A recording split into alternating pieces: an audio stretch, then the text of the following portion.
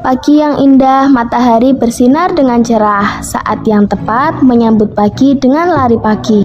Sekarang ini aku sedang berada di Mataram yang merupakan salah satu tempat berkumpul masyarakat Kota Pekalongan untuk berolahraga seperti jogging dan refreshing menghirup udara pagi.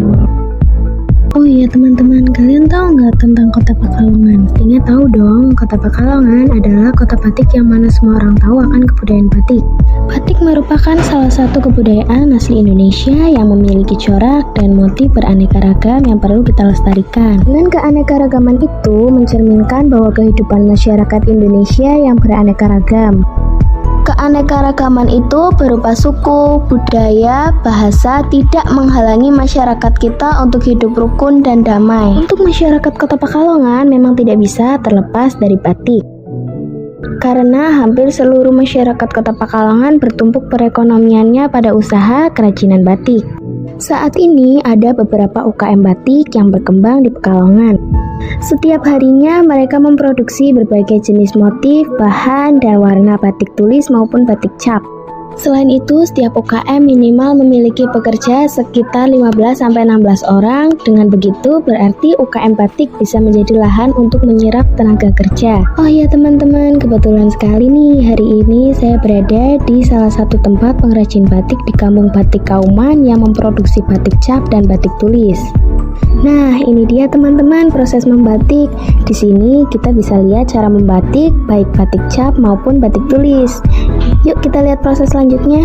Setelah proses membatik, kita akan melihat proses pencelupan. Pada proses ini, batik akan diwarnai. Tentunya batik akan lebih berwarna dan terlihat ragam dan coraknya. Setelah melewati beberapa proses, akhirnya batik menjadi kain bermotif yang siap untuk dipasarkan. Tentunya siap untuk dipakai dengan sesuai kebutuhan konsumen. Untuk memasarkan batik di Pekalongan telah disediakan tempat khusus menjual batik yaitu Pasar Grosir Stono.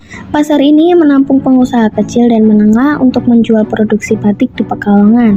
Mereka tidak hanya menjual pakaian batik namun juga aneka ragam barang kebutuhan lainnya yang bercorak batik seperti spray, sarung bantal, tas, sandal, dompet, dan pernak-pernik lainnya. Di tengah pandemi ini banyak membuat pasar offline batik lesu. Bahkan kios-kios batik hingga galeri batik terpaksa tutup karena sepinya pengunjung. Pasar luar negeri pun untuk saat ini terbatas karena wabah virus corona. Hal ini memaksa pengrajin untuk memulai menerobos pasar online dan lebih kreatif dan inovatif dalam memproduksi batik agar diminati di semua kalangan masyarakat.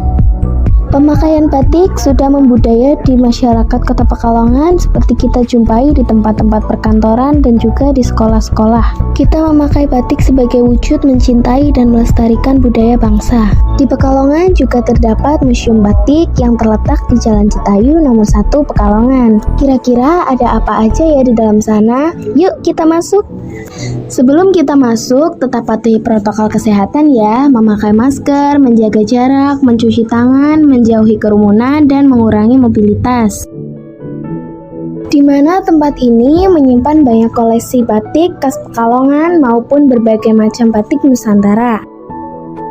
Dan museum ini sebagai tempat wisata yang mendidik bagi keluarga dan pelajar. Di Museum Batik ini tidak hanya memamerkan koleksi batik, tapi juga sebagai pusat pelatihan membatik dan pusat pembelajaran batik.